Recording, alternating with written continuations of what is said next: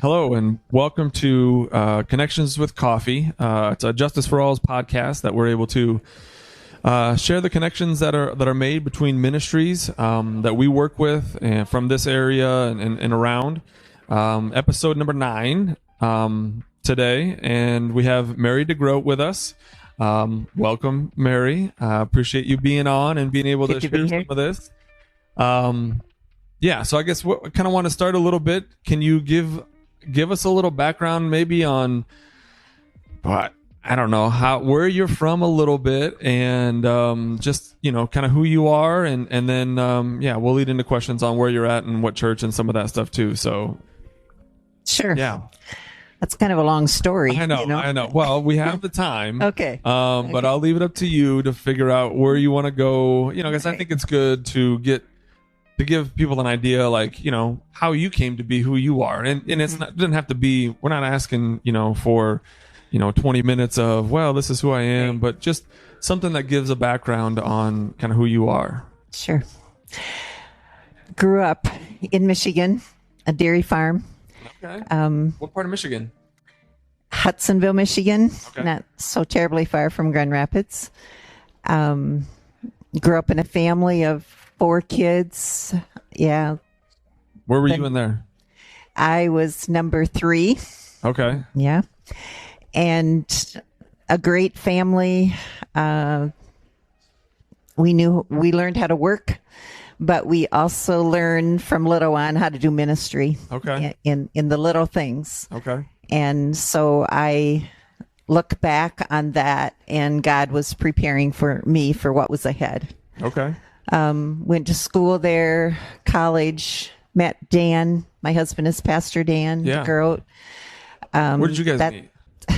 Can I ask that Well, question? he was in the services at the time. Okay. His father was a pastor, California. His father moved to our home church. All right. That's where we met when he was on furlough. Kind of love at first sight, for me at least. Awesome. Anyway. Yeah. Awesome. I'm sure he would say the same thing. And dated. A lot of our dating was through letters. Because he was still in the service. He was still in the service. We were engaged then before he went to Vietnam. Wow. He was there for 13 months, came back 10 days later. We were married. 13 months he was gone after you were engaged. He was a medic there. That's incredible. So that was quite a story in itself. Yeah. Came back. I was going to be a senior in college. Mm-hmm. Where'd you go to school? I went to Calvin College. Okay. All right. Majoring in education. All right. And then he started his college days, and he was going to be a teacher, and he got to be a senior in college, and God directed him, walked across to Calvin Seminary, and he came home one day and said, "Hey, I think God's calling me to the ministry." Wow. So that's not something that's unlikely. I guess we're on this journey together. So I guess I'll be with you. Yeah, do it together. So at that time, 8 years, we were married. He was in school. We had 2 kids when he was in seminary. Okay. And at that point, he took his first charge to Rock Valley, Iowa, Trinity Church. Okay. So all right. We've kind of made a full circle around here. Started there. We were there 6 years. What year was that, if you don't mind me 76. asking? 76. Okay. Mm-hmm. And then we went to Ontario, Canada, St. Catharines. Okay. Then from there we moved to Edgerton, Minnesota, then to Sioux Center, Iowa. Then at that point, Dan became director of Justice for All for 13 years. Yep. In that time, I was home with my kids, with our kids. Did you do any in between, I did teaching. I taught first when we were first married. Sure. Then I took a little break, and then I did a lot of substitute teaching, and then taught for overall about 40 years, in and out. Elementary or where? Elementary. Well, all grades. I taught preschool, elementary, high school. Okay. Through the years that we were different places. And then I retired from teaching, but then I took on a para job. So I'm at school 4 days a week because I love teaching. I love working with from kids. teaching and wanted to stay at school. Right. Okay. That's neat. So, of course, through that whole process, we were exposed to not only ministry in the church, but ministry outside of the church and within the church. in connection with a lot of other ministries. Okay. So I think it was just a heart for kingdom endeavor. Yeah. We both shared that vision, and so God just has put amazing opportunities before us, amazing people into our lives to kind of mold and make us the way He wanted us to be. Yeah. But you got to be available to that. Yeah. That's something. But what I've found is God has amazing ways to plant seeds and bring them to fruition in His time and in His place for such a time as this. Yeah.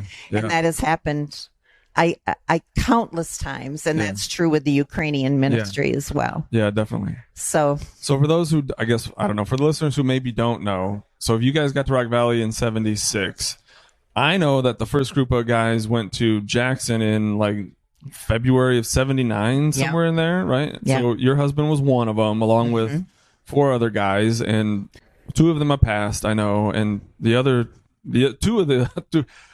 all 3 of them still get together around coffee. Yes. And so that's kind of a neat deal, just that there's, I don't know, 40 plus years of relationship, but being in different places, because you mentioned a few other places that you're taking in Canada and Center and stuff like that, but going on a number of trips. Oh my goodness. To Mississippi, Kentucky, Utah, and then we've gotten involved with Liberia, Guatemala, so it's been amazing. We've had an amazing journey. God has brought us on, the connections, I would imagine the connections of, you've done this before, and then this, and then this, well, let me introduce you to this person. And then you get, I would imagine that in the world of, I guess in the world of ministry, there's probably a little bit of overlap, but it's like, did you hear about this person and see what they're doing? And how can we use what we know and help them? And how can they help us? And there's a lot of, I guess sharing of, not necessarily, of the gospel a little bit, but of the things that they do well and things that Justice for All and that you have, that each person has their own strengths to bring to the table a little bit. And it is sharing the gospel, whether it's in word or deed, right? Yeah, for sure. Do you still have that thing in your wall? Preach the gospel if necessary. You use words, and I think that's so true in ministry. We do both, right? We always do it in Jesus' name, and we always are open to share the gospel in word as well. It's all about God. It's not about us. It's about God and how He sees fit for such a time as this to use all of us, in ministry. Absolutely. Whether that's right at home or elsewhere, So you got back, so we went through a few years there from 79 when Justice for All started, and then you took calls other places, and you said he was the executive director for 13 years before retirement, or whenever that might look like. That was probably, 2012 or 13, I would guess. Probably. Yeah, of course, he and those 5 others actually kind of founded Justice for All way back. Absolutely, back in the late 70s, early 80s. Back in those days, before, right around the time that I was born, running around in there. And here you are. And here we are. So I guess kind of bringing it to, so you guys moved back to Rock Valley then in sometime, in the mid 2000s or probably, somewhere. We've probably been here close to 20 years. Okay. Not quite that. All right. Yeah. And how many kids do you have? We have 4. Okay. Yeah. 4 kids, 11 grandkids. All right. Most of them are in the greater area. All right.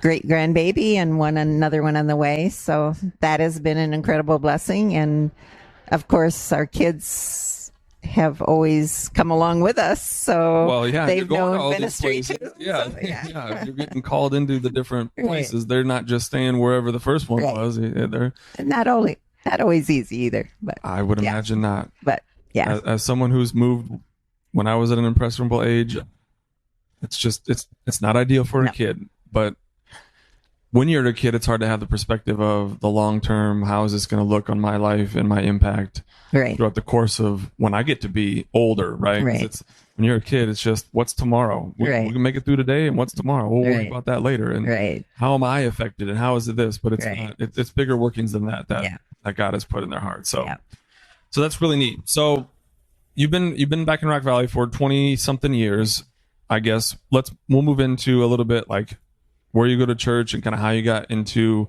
connection with the Ukrainian family that has been sponsored. Sure. When we came back to Rock Valley, of course, Trinity seemed like a natural fit because we still knew a few people there.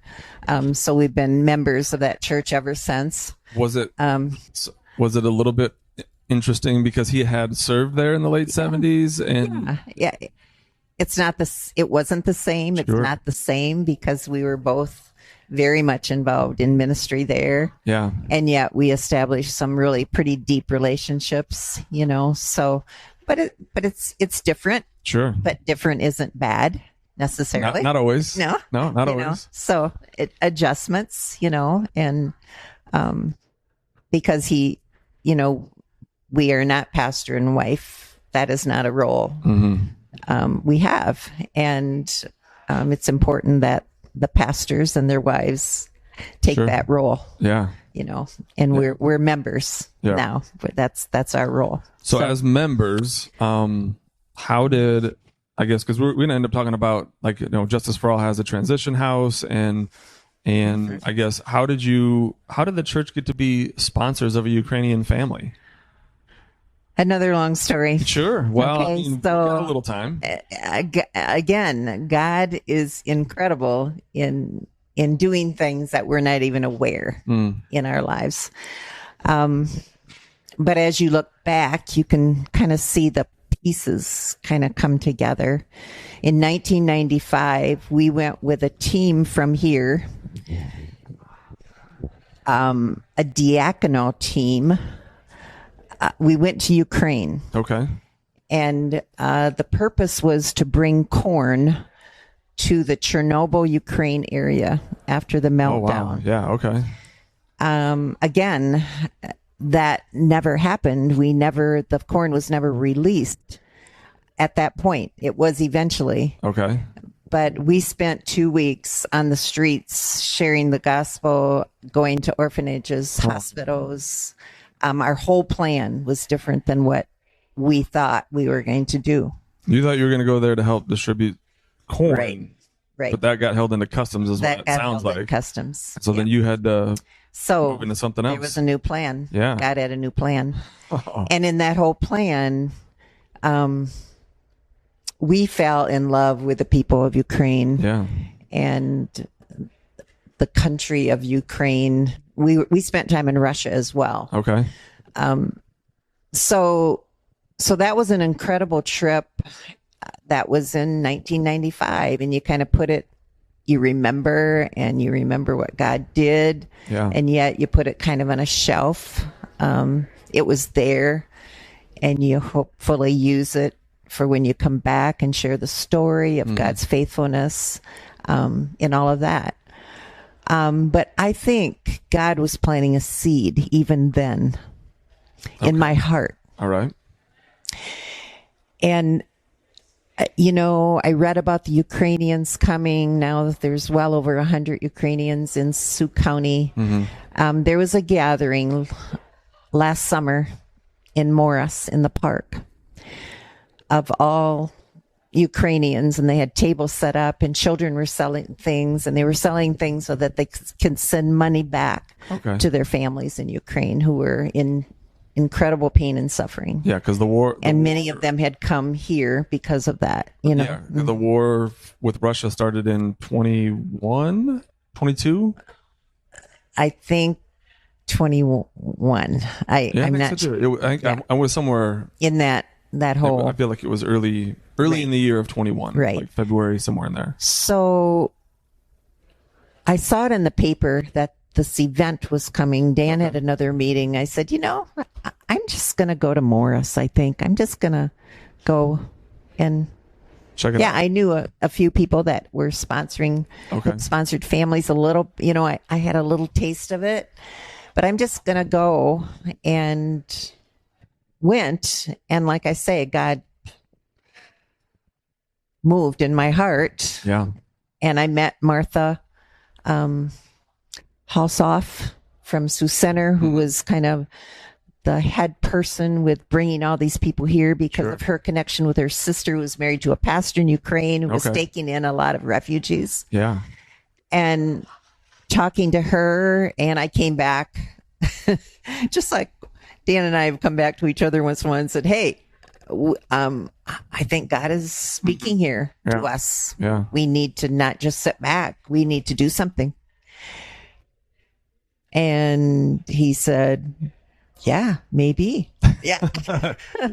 Here we go again. Who am I to say that this is not happening? Right. And so that was the seed that was planted. I was on the outreach team at Trinity. Okay.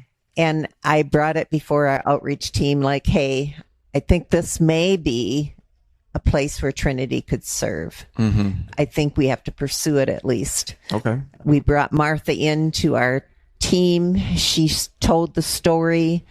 Then Martha came to the council and told the story. And out of that, the council said, yeah, let's do it. We need to go for it. We need to put it before the congregation.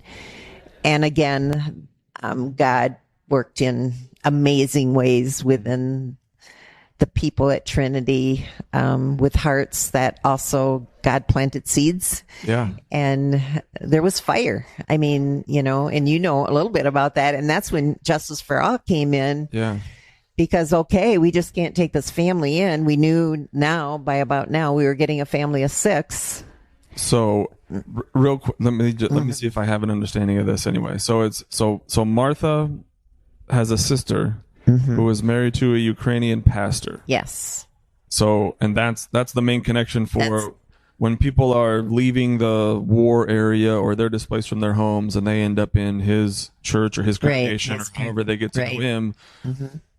And then they get information to both the pastor and his wife talks to her sister who is from here. Right. And that's how they get to, I don't know, however they decide where the list is of people who are. Right. eligible. And they have, I don't know that. how that all works, but I know there's been some health needs of people that can't receive health care there and many other, I'm sure, pieces to the puzzle. They know. That'd be hard to decipher. Discern.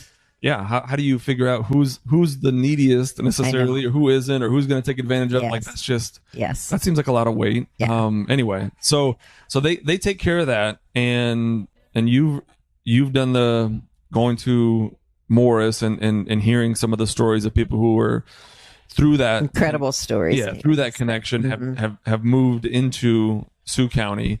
Right. And then you brought it back to your church. Right. Okay. Right. And from there, the first thing was then we decided to sponsor a family. Okay. Eventually, we knew the family through Martha. Okay. Who were getting a family of 6. The Stephensoff family. Now they're on the other end waiting the first process was to get the paperwork through. Yeah. To officially do the paperwork. Todd Ventol then took on that task of doing all the paperwork. Right. So that we could get sponsorship. So I think that started November 18, and I think they came the first week of February or right in there. Yep. So it was a process. Yeah. Right? It was a process. So because we all know what committees are. You have to go through some process. So this process probably started in, over a year ago. Right. Well, really, it started, last summer was the first. And then we started actually officially the process of starting to sponsor the family. But in that piece, we had to get our teams together. Sure. And that was a big step of getting teams together. But we had a meeting at church. And after church, and there were some who just had such a passion So right away, who do you go to but the people that have a passion, right? So we needed natural. people on a housing team. We needed people for transportation eventually. We needed an education team. We needed a kind of a communication team, medical team, adaptation team. And so we just got incredible people who had incredible passion for this, which God placed in their hearts. And we had a offering of $45,000 that came in. And so we knew that this was God in this thing. I mean, this was God. So now we're getting committees together from Trinity, and housing was our first priority because we needed a safe and a nice place for the people to come to live. If you're going to sponsor a family, you can't have them just hang out at the church all the time, like, or live with someone else. I mean, this is it's a family unit of 6. They got to have their own place. Right. So we pursued a lot of different areas. I would imagine. Checked out every place that possibly a family of 6 could rent. We considered looking at purchasing a house, and all the doors closed. I mean, there was just not that much available. No, there isn't. No, that's fair. And that's when we connected. I think originally the pastor connected with you, the original piece. And then since I was on this team, came to talk to you. And that was interesting because I thought, oh man, I hope I'm not pushing too hard, but we need a house really badly here. Yeah. Well, yes, I certainly saw that. And I guess what I think is kind of cool is just how Justice for All does transitional housing, and we have a green one that we've had since like 2020. And we've had 3 different tenants move in there. And the idea is in a transitional sense, 6 to 12 months, hopefully help someone get the tools of figuring out their life a little bit. They're in a tough spot, whether they're single or married or separated or with kids or without kids or whatever that looks like they're in a tough spot, and they can apply to be in the residence and then, go through some things, whether that's courses at Love Inc. or having a mentor from Atlas or taking classes at Center for Financial Education. We're trying to get someone the tools to be able to live independently. We always had wanted a second house, but didn't want to take on the challenge of, hey, let's just get $150,000 mortgage and just make that work. So always had just sort of waited out for God's timing to have that happen. I always would have a conversation of, we'd love to have a second house. We'd love to have another one. We'd love to have another one, but didn't feel right about taking on a big note for that. So the house that is in the second house that's in town here, there was 2 Hope Haven clients that were living there, and they were a married couple, and they needed additional care.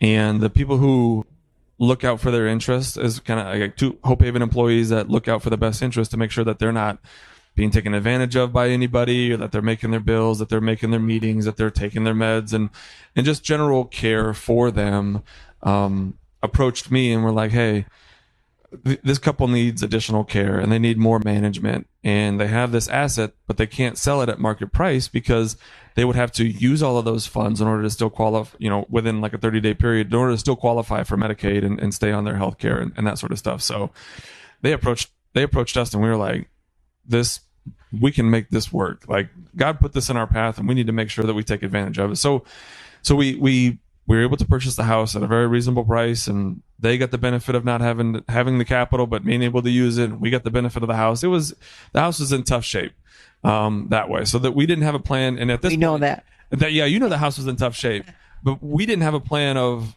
we want to get this done by a certain amount of time. So we purchased the house in like August, and I didn't know that you guys were looking at sponsoring the Ukrainian family or anything until Pastor Henry called. It was probably sometime in late September, and he was like, I understand you guys have a house. And I'm like, we do, but our timeline is just sort of we'll get to it when we get to it, and make sure that the heat stays on.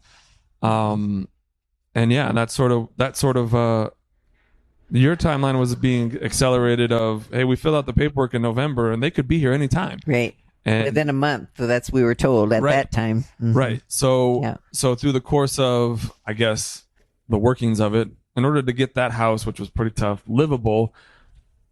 I think we worked together pretty well on that. I think we did. I mean, we had people on the housing team that were just gun-ho, and one thing led to another, and that was an amazing story. And I think God's story of connecting us, and then being able to find people who had the skills to do what needed to be done, as well as cleaning and painting, cleaning, painting, redoing the bathroom, scrubbing. Some windows that got replaced. Windows. Yeah, there was basement walls. I mean, it was, and things moved. And we worked very well together. And I guess you gave us the freedom to go with it. I said, if I find the people, can we? Exactly, right? So and that was, I know in the long run, the asset's going to be Justice for All, but in the short term, we're trying to get this house ready for this family, and I don't want to be the person who says, no, don't do this and don't do that and don't do that. I don't need to, I didn't feel like the ministry needed to look over your shoulder to make sure that you're doing it the way it needed to be done. I had a pretty good idea that you're going to make that place very much livable and then some for this family, because of the passion and because of the care and the people who were involved that I knew. I was like, I wasn't concerned about it being brought up to speed. I was hopefully it was going to get done in time. But and I think that's that trust factor, as fellow Christians, and trusting each other to do it the best way we can, and yet the most economical, and all of that. So I see it as part of that God story. And we saw it also. I mean, we wanted to get that house ready for the Ukrainian family, but I think we saw it as a bigger picture of not only this family, but serving a family in the future and another family in the future, to get the house done well, so that it wouldn't have to be redone. I mean, one family could leave and another family could move in, and so that was, I think, I hope it wasn't, a selfish endeavor for us, because we felt it as if it was a bigger picture than the Ukrainian family, just the Ukrainian family coming, So, well, it is a bigger picture, because the way that it was done is not just made it to livable for right now, but it's something that's the idea behind the transition house in general is, 6 to 12 months. So at some point the Ukrainian family is going to be moving out and being under their own, and JFA is still going to have the asset of the house, and we're going to take applications for the next tenant who's going to live in there, and be able to have them have a clean, safe place to reside for a short amount of time, to hopefully have them get things together. Now, we can't make someone do some of those things, but we're trying to give someone the tools to do that. So, and I think that's... And for us to work together to help the family do that, because the idea is to empower them. Yes. And it's been an amazing story so far as that family wanting to be very proactive in, they've got Social Security cards, jobs, he's got a job. He got his driver's license. They've cut a car. It's been, it was given to them, which was, so it's been they're an amazing family. Love the Lord, have amazing stories of what they've been through, are just so grateful for a home, that they can call their home now. So when thinking, just moving it into the family a little bit, we talked about it being 6 people. So it's if you want to give, you don't need to give their names. If you don't have to, how old they are and kind of, Vitaly, he probably was in his 40s or so. I'm not sure exactly how old and then his wife's Svetlana, and then they have 3 sons. They have Bogdan and Nikita and Matvey, and the 2 older ones are 16 and 17. Okay. They're attending Western, which has been a good connection for them, because there's another Ukrainian family and boys that go there. Oh, is that right? So that's been another story. Yeah. And then they have a little He's going to be a year in May, Okay. a little boy. And then they have a grandma, Ola. Okay. And yes, so it's a incredible. It's a 3-bedroom house. So there's at least. I mean, two they're packed each in room. there. Yeah. I mean, Yeah. this is not. But- We're not talking about the Taj Mahal where No. it's just all kinds of space, but No. it's clean. You're sharing a room with your brother, your Right. spouse, the grandma's in there. Like, Right. But it's worked, There's a bedroom on the main floor and then 2 upstairs, and it's worked for them. And so I think it's a wonderful house for them. They're not used to having a lot, so I think this is an incredible blessing for them. They kind of live around their table. They're very hospitable. You come to the door and they'll invite you to sit at their table. Okay. And the language is a barrier. I would imagine. Vitaly can speak some English, and they very proactive in that. They take English ECL classes twice a week in Sioux Center. Somebody comes in for the grandma to teach ESL. Sure. Of course, the boys are getting it in school, so they're beginning to understand some. We do a lot of sitting and chatting with our phones through Google Translate. I would that's imagine. How That's how you'd have that's to how communicate. right. But even now, she's speaking some English. We're trying to learn some Russian, but man, I don't know. That's not going very well for us. So, how can we expect them to learn English without us trying? But we're not doing a very good job. But anyway, but they want to be immersed into the culture, into the community. And I think they felt very loved, not only by the church, JFA community, by the community here within Rock Valley. They're learning about our little shops, and they go to the store by themselves. They're just very proactive. Just a wonderful family, a musical family, beautiful voices. So we're hoping to get them involved in the life of the church as far as praise team and all of that too, eventually. And but yeah, I think they've adjusted amazingly. Well, they have a safe place, a warm home to be, to be.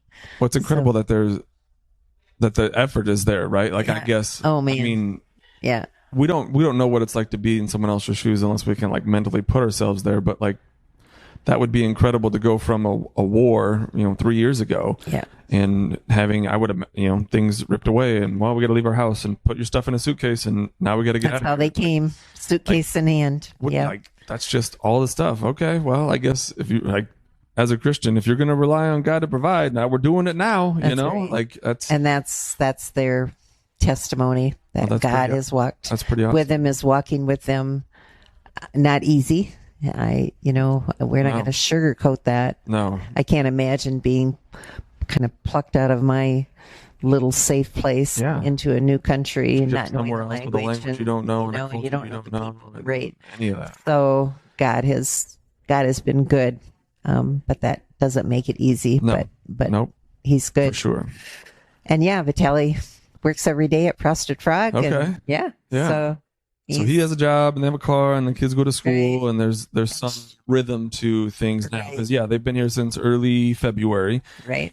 She's a pastry chef, so she's made these beautiful cakes for people along the way already. Sure. It's been, and it's not just about us having them come and walking alongside of them. It's about us. It's a reciprocal thing, because I think we have so much to learn from them. Yeah. In a lot of different ways. So what does it mean to really depend on the Lord? That's when the you've first one I got, thought of. When I've got 2 freezers full of food, and Honestly. I can do anything I want whenever I want. Yeah. I know there's going to be food on my table. And so I think we've learned that with so much, with being in so many different places. We're very rich materialistically, but sometimes we've got so much to learn as far as what it means to be dependent on the Lord. Yeah. In the little and the big things. And so they have much to teach us, I think, if we're open. And if you're open, if we're open to that, I think that's right. That's profound, because I think that a lot of, I don't know, I can't help where I was born and what I was brought up in and some of that, but understanding that there's a certain level of comfort that comes with living here, driving your own vehicle and having your own clothes and having a place to live and all of that. Like, those are things that the Lord provided for us through where we were at. Right. But but it's something that you can just get too comfortable in and not have the, right. And what are you going to do with it? That's the question. You know, I think we need each other. They needed us. They needed somebody to sponsor them and to provide those opportunities. And then we need them to teach us lessons maybe that we didn't understand very well. Yeah. And continue to be Christ to each other. Yeah. You know, and that's what's that's beautiful. Amazing and beautiful. For sure. And that's the body of Christ, right? For sure. Absolutely. Yeah. So God can do, and He has done immeasurably more than we could ever imagine. And I guess it's sometimes difficult, but yet so easy. That's in serving. That's all you have to do is say yes, yes, Lord, I'm available. Yeah, and then allow Him to show you the way. Yep. You know. And that's that's ultimately, well, as a ministry, as executive director of Just for All, that's what we're trying to do, is just be able to not make things happen in our time or my time or what we want to have happen, but being available to things that get put into our path. And hey, look, the Lord put the house into our path. The Lord put this relationship into our way. Like, those sort of things that we could have easily said, we can take care of it. We'll find someone to live there and we'll do this. And like, just, that's not the way that it's going to work, you know? So being available to that. So we're very thankful that, our paths met at such a time as this. For sure. I mean, we knew about certainly about Justice for All. Yeah. But that you were available too, to allow us to share in this incredible ministry. Yeah. That's happening, you know. So I think it's great, and I think that story is powerful and beautiful, and so thank you for sharing that. I appreciate the aspect and the perspective that you can have. You've been around a little bit longer than I have, so I appreciate that there's a good perspective of how things can fit together and work together. So thank you for that. Glory to God, right? Absolutely. Yeah. Absolutely. So, well, thank you very much for listening. Hopefully everyone else found that story to be as incredible and neat as I do. We want to thank Rooted for letting us take a little spot up here, and it's gotten a little bit quieter as we've gone on this a little bit. So, but yeah, thank you very much, Mary, for sharing that, and we certainly will be in touch. And blessings to you and to each person that's listening. This is Justice for All's podcast, Connections with Coffee. I'm Joel DeWitt, Executive Director. The guest was Mary DeGroot today. Thanks very much for listening. Thank you.